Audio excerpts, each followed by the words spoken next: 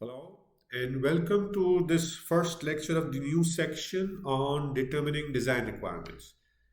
I'm Arun Singhal, your management coach and mentor with 40 years of experience in people development. So, in this section, we are opening up a new subtopic of prototype development in which we see from the critical to quality parameters that we have determined, how do we determine design requirements? And we will have three lectures in this. In the first lecture, what I'm going to do is I'm going to give you an overview of how to determine design requirements, and then next subsequent to lectures, we will take you through the various steps of actually determining the design requirements. Right? Ready for that? Wonderful. So, how do you think you can develop design requirements? Obviously, the first thing you would answer is, which is right, is by using house of quality. Now, what exactly is house of quality? Let's look at it in the next slide. So your answer is correct that we will use the house of quality in the QFD quality function deployment process.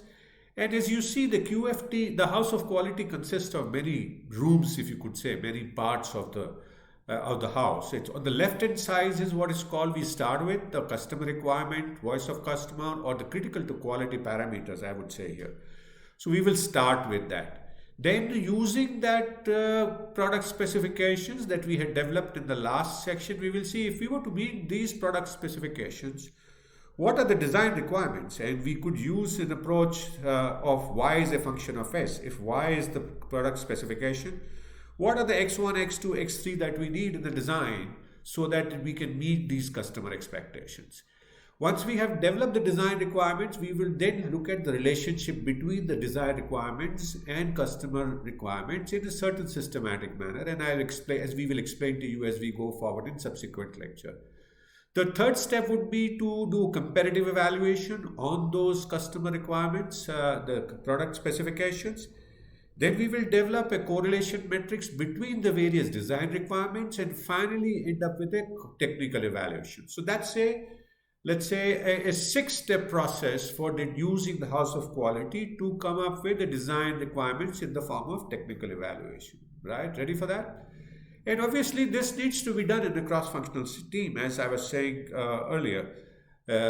Is that it requires us, because it's a function where we are going to translate the customer requirements into technical functions, and a manufacturer needs to produce ultimately them. So we will need to have the critical functions like design, of course, then the quality, then the production, finance, and the marketing. So all the five functions need to be present across functional team, and the cross-functional team needs to work together. Right. So how do these design requirements look like before we get into each of these steps, and I show you how these steps are done through an example of the water purifier again. So these requirements, the populated house of quality would look something like this, as you can see here. It will have the description on the product characteristics or product CTQs on the left hand side. Then it will have in the green, the top room, the design requirements. At the middle room, you will have the correlation metrics.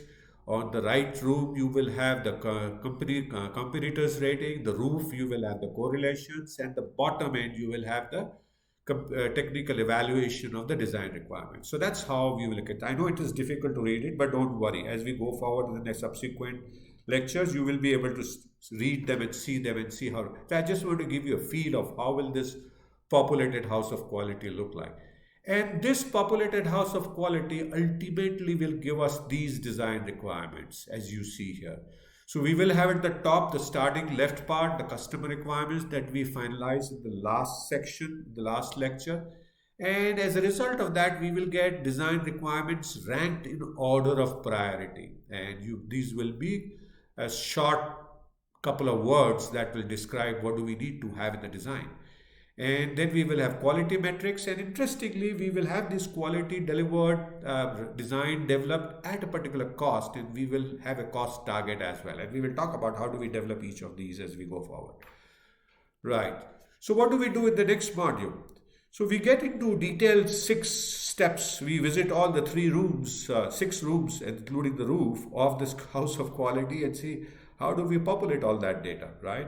And produce that output on the right hand side of this. So thank you so much for watching this first lecture of determining design requirements. I hope you are learning a lot of new things in this House of Quality in QFD process. It's a wonderful systematic process of understanding customer requirements to determining design requirements at this point of time and taking it forward to process and finally having a robust product and process design. So I look forward to seeing you again in the next lecture shortly to take you through the next lecture. Thank you so much.